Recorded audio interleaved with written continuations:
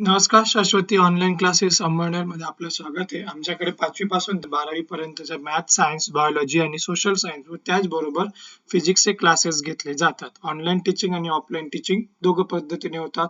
आणि तुम्ही जर समजा चॅनलला जर कधी नवे असणार तर लाईक करायला विसरू नका, शेअर करायला विसरू नका आणि सबस्क्राईब करायला विसरू नका, कारण की ते फ्री आहे. तर चला मग, गेल्या काही दिवसापासून आपल्या रोजच अपडेटेड व्हिडिओ होत आहेत.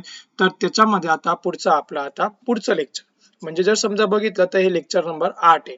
तर या लेक्चर नंबर 8 मध्ये जर कधी आपण बघितलं तर या लेक्चर मध्ये 8 आपल्याला काय बघायचंय, काल जो आपण टॉपिक सुरुवात केला होता, जस्ट आपण जो टॉपिक सुरुवात केला होता ना, त्या टॉपिकचा आपल्याला पुढे जायचंय.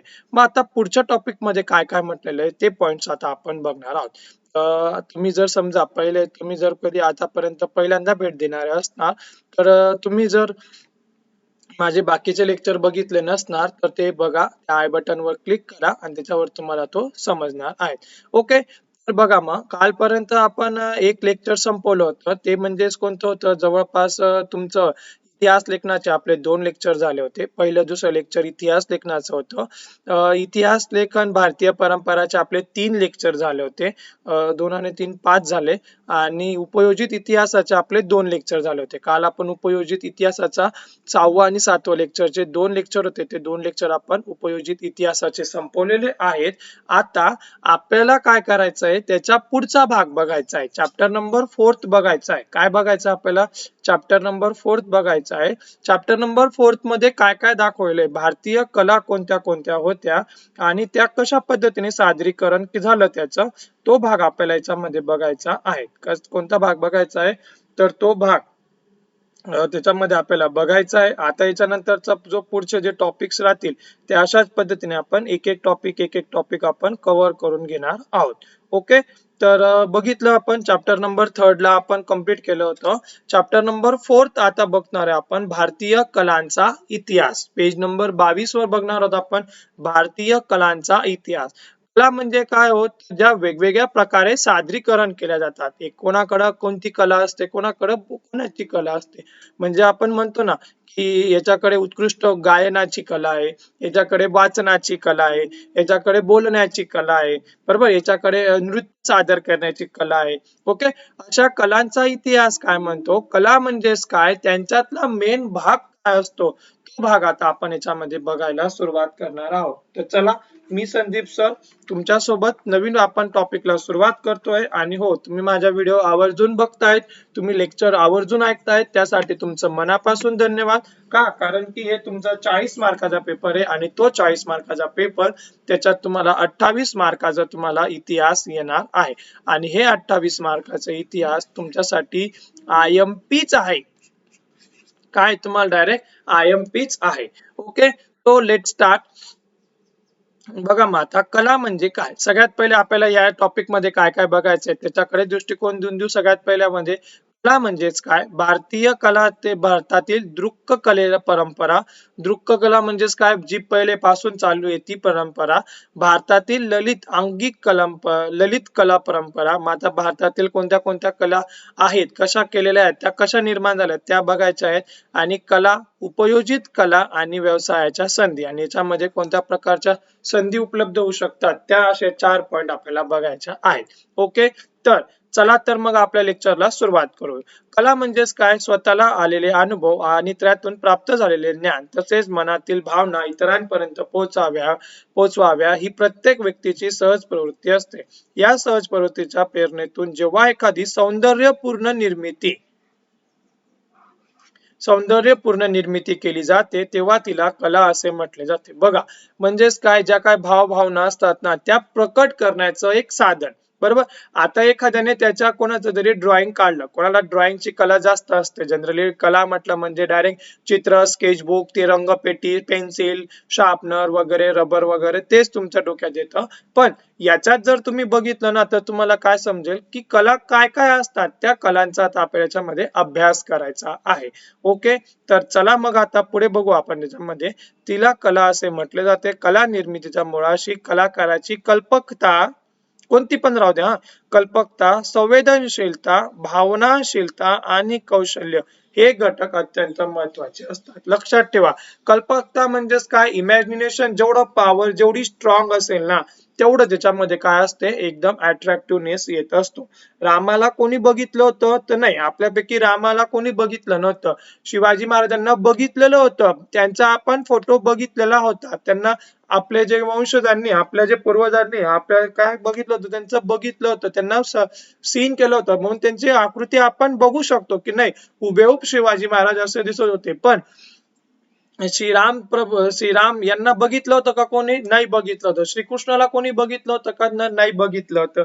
रावणाला कोणी बघितलं होतं का, नाही बघितलं होतं. हे फक्त इमॅजिनेशन वर चालू आहे. सरस्वतीला कोणी बघितलं होतं का, नाही. माता सरस्वती म्हणतो, माता लक्ष्मी म्हणतो, आपण पार्वती म्हणतो, त्यांना आपण बघितलं होतं का, नाही. ही फक्त इमॅजिनेशन आहे, ती कल्पकता आहे, ती कल्पना आहे. त्या कल्पनेवरनं त्यांचे काय झालेली, त्यांची उत्पत्ती करण्यात आलेली, ते कल्पनेवरनं त्यांचं काय करायला, ते आकृतींची उत्पत्ती करण्यात आलेली. ओके, मुळात जर कधी समजा आता बघितलं तर गणपतीचं जर कधी आपण बघितलं तर गणपतीची मूर्ती तुम्हाला व्हरायटी मध्ये सापडते. तुम्ही काही काही ज्या बसलेल्या पोज मध्ये असते, उभी असते किंवा कोणती पोज मध्ये असते, जनरली जर कधी आपण त्याच्यामध्ये बघायला गेलो तर त्या कशा असतात, तुम्हाला त्या कल्पकतेचं एक साधन असतं. ते कल्पकता म्हणजेच काय, त्याचा विचार करून तयार केली गेलेली एक प्रतिमा असते, तिला आपण कल्पकता म्हणतात. संवेदनशीलता म्हणजेच काय, त्याच्यामध्ये कशा पद्धतीची संवेदना आहेत, म्हणजे जर इमोशनल म्हणतो ना आपण, जसं बघू शकतो आपण, भावना तर त्याच्यामध्ये असतात, कोणत्या भावनेने तयार केलेले आहेत, त्याच्यामध्ये समाजाला जागृत करण्याचं काम केलेलं आहे का निरुत्साह निर्माण करायचं काम केलेलं आहे, तो सुद्धा एक त्याच्यामध्ये भाग महत्वाचा असतो. आणि शेवटी कलाकाराचं कौशल्य, तो कशा पद्धतीने त्याला अट्रॅक्टिव्ह बनवतो. एखादं चित्र काढताना त्या कलाकाराचं कौशल्य लागत जात असतं का, तो किती प्रमाणामध्ये त्याला क्रिएटिव्हिटी करत असतो, त्याच्यामध्ये तो किती प्रमाणात त्याला क्रिएटिव्ह करायचा प्रयत्न करत असतो, त्यालाच आपण कौशल्य असे म्हणू शकतो. त्यानंतर आता पुढचा भाग बघू आपण, दृक कला. दृक कला आणि ललित कला. दृक कला म्हणजे काय आणि ललित कला म्हणजेच काय. दृक कला आणि ललित कला ही अशी कला प्रकारांची विभागणी आहे, दोन वेगवेगळ्या प्रकारचे. ललित कलाकारांना अंगिक कला असेही म्हटले जाते. बघा, कोणते कलाकार, अंगिक कलाकार असेही म्हटले जाते. दृक कलांचा उगम प्रागैतिहासिक काळातच झालेला आहे. प्रागैतिहासिक काळ म्हणजेच काय, प्रागैतिहासिक काळ म्हणजेच काय, घडून गेलेल्या काळामध्ये, प्राचीन काळामध्ये झालेला आहे, हे दर्शवणारे अनेक नमुने जगभरातील अश्मयुगीन गुहांमध्ये प्राप्त झालेले आहेत. तर पुढे बघा, माता याच्यामध्ये आपल्याला काय दिलेले त्यांनी, लोककला आणि अभिजात कला. कलेचा लोककला आणि अभिजात कला अशा दोन परंपरा मानल्या जातात.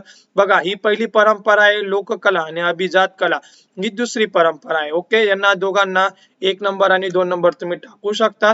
लोककला ही एक अश्मयुगीन काळापासून अखंडितपणे चालत आलेली परंपरा आहे. तिचा आविष्कार हा लोकांच्या रोजच्या जगण्याचा भागच असतो, त्यामुळे या परंपरेतील अभिव्यक्ती अधिक उत्स्फूर्त असते. लोककलेची निर्मिती समूहातील लोकांच्या प्रत्यक्ष सहभागातून होते. अभिजात कला ही प्रमाणित नियमांच्या चौकटीत बंधलेली असते.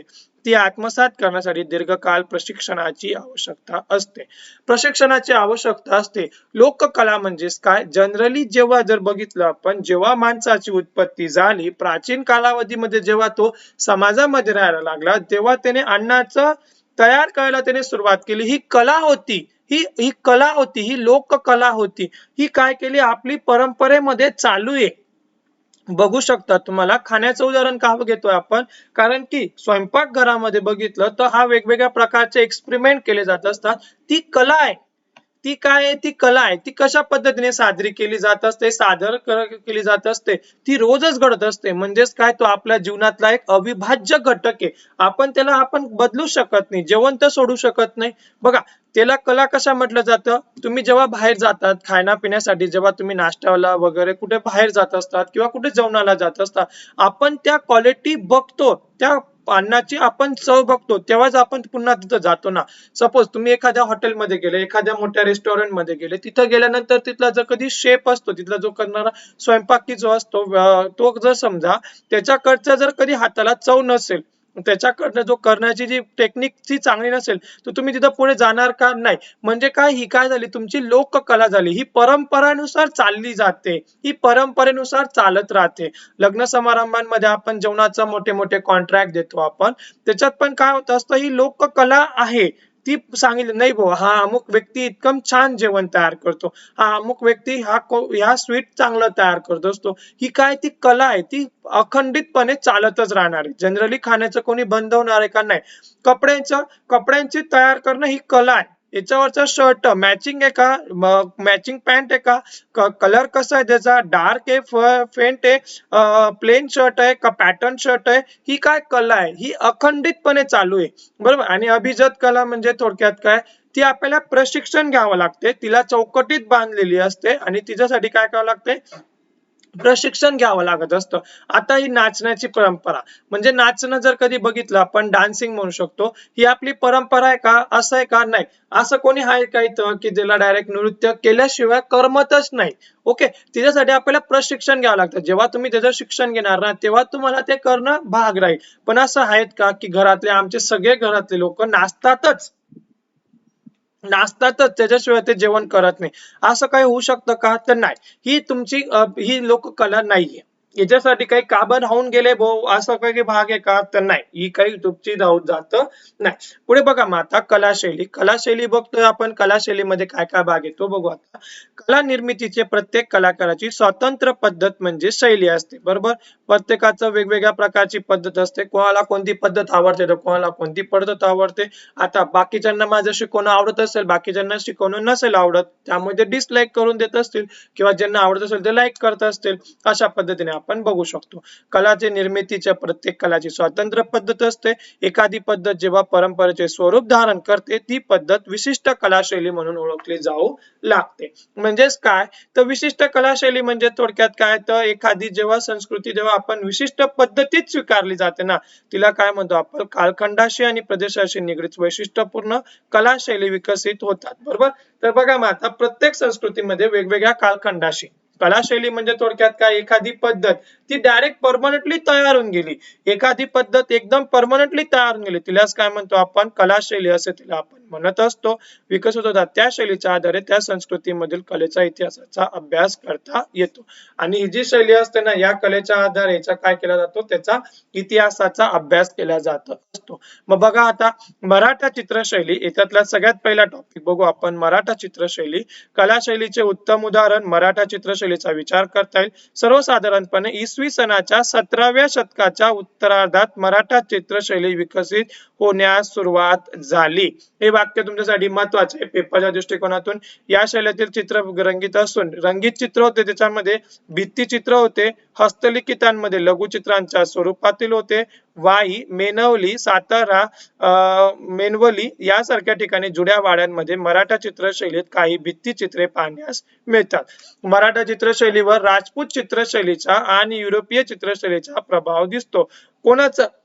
कोणाला त्यांनी प्रेरक होते, कोणाशी ते रिलेटेड करत होते, राजपूत चित्रशैली आणि युरोपीय चित्रशैलीचा प्रभाव दिसतो. एखादी विशिष्ट चित्रशैली ज्या काळात विकसित झालेली आहे, त्या काळातील राहणीमान, पोशाख, रीतिरिवाज इत्यादी गोष्टींचा अभ्यास त्या शैलीत चित्राच्या आधारे करता येतो. म्हणजे बघा, तुम्हाला समजतंय का की चित्रावरून त्यांचं समजतं की जनरली त्या काळाचे लोक काय घालत होते, कोणते कपडे घालत होते, कशा पद्धतीने घालत होते.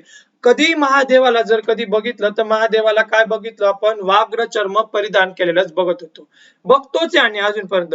असं आपण कुठे बघितलं का, सुटाबुटामध्ये बघितलं का? नाही. तर गणपती बाप्पा जर कधी बघितलं तर गणपती बाप्पाला आपण पिवळ्या पितांबरामध्येच बघतो. त्यांचं नाव घेतल्यानंतर आपल्या डोळ्यासमोर तेच चित्र येतं का, कारण की तिथलं तेव्हाच त्या चित्रावरनं आपल्या डोक्यात भिनलेलं आहे की नाही, हे बघितलं म्हणजे तेच आहे. आजही आपण ज्याचे कधी भरजरी वस्त्र वगैरे बघितलं तर आपण काय म्हणतो, राजा रजवाडेच म्हणतो. आपण म्हणतो की नाही म्हणतो. जनरली त्यांचे कपडे शो ऑफ करत असतात, जनरली दाखवत असतात. काय दाखवत असतात की त्या काळाची परिस्थिती काय, कशा पद्धतीने आहे हे दाखवण्याचा प्रयत्न केला जात असतो. त्यालाच आपण मराठा चित्रशैली असे म्हणू शकतो. बरोबर. त्यालाच काय म्हणतो आपण, मराठा चित्रशैली असे पण म्हणतो. मग बघा माता, भारतातील दृक कला परंपरा. माता ह्या भारतातील दृक कला परंपरा कोणत्या आहेत, कशा पद्धतीने केल्या, त्या आता आपण याच्यामध्ये बघणार आहोत. तर चला तर मग सुरुवात करूया आपल्या नेक्स्ट टॉपिकला. दृक्कलांमध्ये चित्रकला आणि शिल्पकला यांचा समावेश होतो. दृक्कलेमध्ये कोणाकोणाचा समावेश होतो तर चित्रकला आणि शिल्पकला यांचा समावेश होतो. चित्रकला द्विमितीय असतात. द्विमितीय म्हणजे बघू मग आता शिल्पकला आणि चित्रकला बघतो आपण. चित्रकला बघून घेऊ पहिले आपण. चित्रकला ही द्विमितीय असतात. मग बघा निसर्ग चित्र, वस्तुचित्र, व्यक्तिचित्र, वस्तूचे आरेखन इत्यादी चित्र रेखाटली जातात. त्यासाठी शिलाखंड, त्यानंतर भिंती, कागद, सुती किंवा रेशमी कापडाचे फलक, मातीची भांडी यांसारख्या माध्यमांचा उपयोग केला जातो. उदाहरणार्थ अजिंठा लेणीतील बोधिसत्व पद्म पाणीचे भित्तिचित्र, बोधिसत्व पद्म पाणीचे भित्तिचित्र अशा पद्धतीने ते दाखवलेले. बघा मग आता माध्यमांचा कुठे कुठे काढले जातात हे चित्र. एक तर भिंतीवर काढले जातात, शिलाखंडावर असतात, त्यानंतर कागदावर असतात, सुती कापड, रेशमी कापड, फलक, नंतर मातीची भांडी माध्यमांचा यांचा उपयोग केला जातो. याचं एक्झाम्पल द्विमितीय चित्रकलेचं एक्झाम्पल कोणतं आहे तर अजिंठा लेणीतील बोधिसत्व पद्म पाणीचे भित्तिचित्र आपण बघू शकतो. कशा पद्धतीने ते चित्र काढलेले ते बघू शकतो आपण. त्यानंतर लोकचित्रकला शैली. लोकचित्रकला शैली काय असते ती बघू आता. अश्मयुगीन काळातील गुहा चित्रे अनेक देशांमध्ये आढळून येतात. अश्मयुगीन काळामध्ये जे काही गुहांमध्ये काढलेले जे चित्र होते ना ती सुद्धा एक परंपरा होती. ते चित्र सुद्धा तेव्हा काढले जात होते. आता आपण भिंतींवर चित्र काढू शकत नाही कारण की आता जे काही आहे ते आपण ते डायरेक्ट कॉम्प्युटर मध्ये लॅपटॉप मध्ये तो डाटा सेव्ह करून ठेवतो, स्टोअर करून ठेवत असतो. त्यामुळे आपल्याला काही आता चित्र वगैरे काढायची काही गरज नाही. तर बरेचसे लोक घरामध्ये चित्रकाम करायला सुरुवात करून देतील भिंतींवर. तर तसं करू नका. का कारण की आता काही तशी परंपरा राहिलेली नाहीये. तर बघा मग आता इथपर्यंत अश्मयुगीन काळातील गुहा चित्रे अनेक देशांमध्ये आढळून येतात. भारतामध्ये मध्य प्रदेश पहिलं, उत्तर प्रदेश दुसरं, बिहार तिसरं, कर्नाटक उत्तराखंड चौथं, कर्नाटक पाचवं, आंध्र प्रदेश, तेलंगणा या राज्यांमध्ये गुहा चित्र असलेली स्थळे आहेत. मध्य बघा किती दिले 1 2 3 4 5 6 7 या 7 राज्यांमध्ये काय आपल्याला गुहा चित्र दिसत आढळतात. लक्षात ठेवा, जनरल नॉलेज साठी लक्षात ठेवा. मध्य प्रदेशातील भीमबेटका अतिशय प्राचीन ठिकाणचं सगळ्यात महत्वाचं ठिकाण आहे. भीमबेटका येथील गुहा प्रसिद्ध आहेत. त्यानंतर भीमबेटकाचा समावेश जागतिक सांस्कृतिक वारसा स्थळांमध्ये घेतलेला आहे. कशामध्ये समावेश त्याचा जागतिक सांस्कृतिक वारसा स्थळांमध्ये त्याचा समावेश आहे. त्यानंतर बघू माता गुहा चित्रांमध्ये मनुष्याकृती प्राणी आणि काही प्राणी भौमितिक आकृतींचा समावेश असतो. पुराश्म युग ते शेतीची सुरुवात होईपर्यंतच्या काळापर्यंत या चित्रांची शैली त्यांचा विषय यामध्ये बदल होत गेले आढळतात. जनरली पुराश्म युग मध्ये लोकांना एवढी काही समज नव्हती. चित्रकलेची जरी त्यांना आवड होती, चित्रकले जरी त्यांनी पहिले म्हणजे बघा भाषा शैलीपेक्षा चित्रशैली लवकर विकसित झालेली आहे.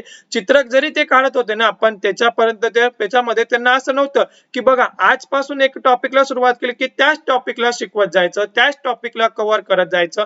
तसं नव्हतं. त्याच्यामध्ये प्रत्येक वेळेस रोज काही ना काहीतरी त्याच्यात बदल होते. बघा मग आता चित्रांमध्ये नवीन प्राणी, वनस्पती यांचा समावेश झालेला दिसतो. तसेच मनुष्याकृतीची रेखाटनाची पद्धत, वापरलेल्या रंगांमध्ये सुद्धा फरक होता जातो. या चित्रांमध्ये काळा, लाल, पांढरा या नैसर्गिक द्रव्यांपासून तयार केलेले रंग वापरलेले असतात. त्या काळातील लोकांचे त्याच्या परिसरासंबंधीचे ज्ञान, नैसर्गिक स्रोतांचा उपयोग करून घेण्याचे तंत्रज्ञान यांचा विकास कसा होत गेला याची कल्पना या चित्रांद्वारे होऊ शकते. म्हणजेच बघा त्या चित्रांवरून आपण समजू शकतो. हे बघा आजूबाजूला दिलेले हे चित्र बघा. या चित्रामध्ये काय समजतंय बघा. तो काय करतोय, तो राजा रजवाडे त्याला काय दान करतायत, कशा पद्धतीने दान करतायत का कठपुतळ्यांचा स्थळ आहे तो बघा, का मारायचं ते चालू आहे का बळी देत आहे, असं काहीतरी आपण याच्यामध्ये अर्थ लावू शकत असतो. प्राचीनत्व परंपरा घेऊ शकतो आपण याच्यामध्ये. ओके, त्याच्यामध्ये तो दाखवण्याचा प्रयत्न केलेला आहे. त्यानंतर बघा ही वारली चित्र परंपरा कशी बघा. पिंगोळे चित्रकथी परंपरा लोककला शैलीचे निवडक उदाहरण आहे. ठाणे जिल्ह्यातील जिव्या सोम्या मशे यांच्या वारली चित्रकला लोकप्रिय करण्यात फार मोठा वाटा आहे. त्यांना त्यांच्या वारली चित्रांसाठी भारतीय आणि जागतिक स्तरावरचे अनेक पुरस्कार मिळाले आहेत आणि 2011 मध्ये त्यांना पद्मश्री हा बहुमान मिळाला आहे. कोण होता तो? जिव्या सोम्या मशे. काय नाव होतं त्यांचं, जिव्या सोम्या म्हसे, त्यांनी ही वारली चित्र परंपरा चालू केलेली आहे. ही परंपरा बघाव किती सुंदर दिसत आहेत ते चित्र. अशा पद्धतीचे चित्र पहिले लोक भिंतीवर काढत होते. प्राचीन कालावधीमध्ये जेव्हा मानव हा कशामध्ये राहत होता, गुहेमध्ये राहत होता आणि तो गुहेमध्ये राहत असताना तिथं तो काय करत होता, त्याचं ते काही दिवसभरातलं जे काही होतं ना, तो तिथं तो रंगवण्याचं काम करत होता. नंतर लोकचित्रकलेची परंपरा गुहा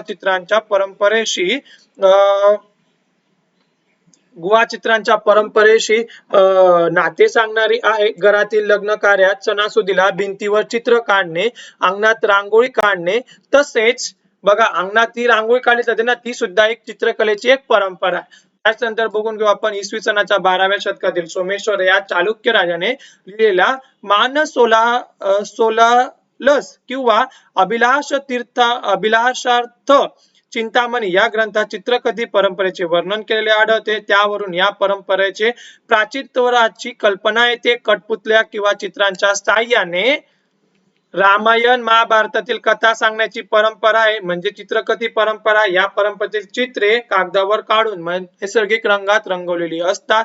एका कथेसाठी साधारणपणे 30 ते 50 चित्रांचा वापर केला जातो. वेगवेगळ्या कथा सांगण्यासाठी ज्या चित्रांच्या पिढ्यानपिढ्या चालत असलेल्या पोथ्या चित्रकथी परंपरेमध्ये जपलेल्या असतात. नामशेष होण्याच्या मार्गावर असलेले या परंपरेचे पुनरुज्जीवन करण्याचे प्रयत्न सरकार आणि कलाकारांतर्फे केले जात आहे. चित्रांच्या साहाय्याने आखणे, सांगणे यातून प्रादेशिक लोककला परंपरेतील विविध चित्रशैली विकसित झालेल्या आहेत. म्हणजेच बघितलं ना आपण, चित्रशैलीचा विकास फार मोठा आहे. हो, चित्रशैलीचा जर कधी परंपरा बघितली ना, फार मोठी परंपरा आहे. या परंपरेमध्ये तुम्ही बघू शकता की कशा पद्धतीने त्याच्यात महाभारताचे कठपुतळा करून त्यांनी सांगितलेली आहे. ती कठपुतळीचा खेळ बघितला असेल तुम्ही युट्यूबला जाऊन सर्च करू शकता, कठपुतळे म्हणून तुम्ही सर्च करू शकता. अजूनही काही गावामध्ये त्या कठपुतळ्या नाचवल्या जात असतात. छोट्या छोट्या भावल्या असतात, त्यांना दोरे बांधलेले असतात आणि ते दोरे बांधलेले वरतून एक तो व्यक्ती त्यांना कंट्रोल करत असतो. ओके, त्याच्यावरनं रामायण सांगितलं जात असतं, त्याच्यावरनं महाभारत सांगितलं जात असतं. म्हणजे विचार करा की भारतामध्ये जर कधी बघितलं तर या चित्रशैलीचे किती प्रकार पडतात, किती प्रकारचे त्याच्यात घटक समावेश असतात, ते आपण याच्यामध्ये आता बघून घेतलेले आहेत. ओके, आणि आतापर्यंतचा व्हिडिओ जर कधी आवडला असेल तर लाईक करा, शेअर करायला विसरू नका आणि हो, सबस्क्राईब नक्की करा आणि व्हिडिओ शेवटपर्यंत बघा. पुढे बघा, मग आता अभिजात चित्रकला होती. याच्यामध्ये अभिजात चित्रकलेमध्ये काय काय होते हे काय बघितलं आपण, लोक परंपरा बघितली. काय बघितली आपण, लोककला बघितली. आपण लोकांची परंपरा बघितली, कशा पद्धतीने त्यांनी परंपरा चालू ठेवलेली होती ते आपण याच्यामध्ये बघू शकतो आपण. त्यानंतर मग बघा, अभिजात चित्रकलेमध्ये प्राचीन भारतीय वाड्मयांमध्ये विविध कला संबंधी सांगोपांग विचार झालेला दिसतो. त्यामध्ये एकूण 64 कलांचा उल्लेख आहे. किती आहे चित्रकलेमध्ये, समजा कलेमध्ये किती प्रकार पडतात, 64 कलांचा प्रकार पडतो. त्यामध्ये चित्रकलेचा उल्लेख आलेखम किंवा आलेख विद्या या नावाने सुद्धा केलेला आहे.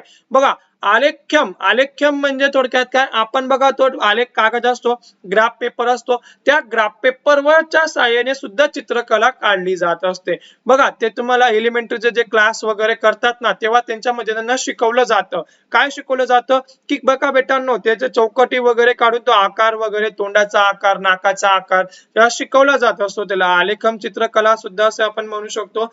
नंतर आलेख विद्येची षडांगे म्हणजेच 6 महत्वाचे पैलू आहेत. त्यांचा विचार प्राचीन भारतीयांनी अत्यंत बारकाईने केला आहे. त्यामध्ये बघा, रूपभेद, विविध आकार, प्रमाणबद्ध रचना आणि मोजमाप, भाव प्रदर्शन.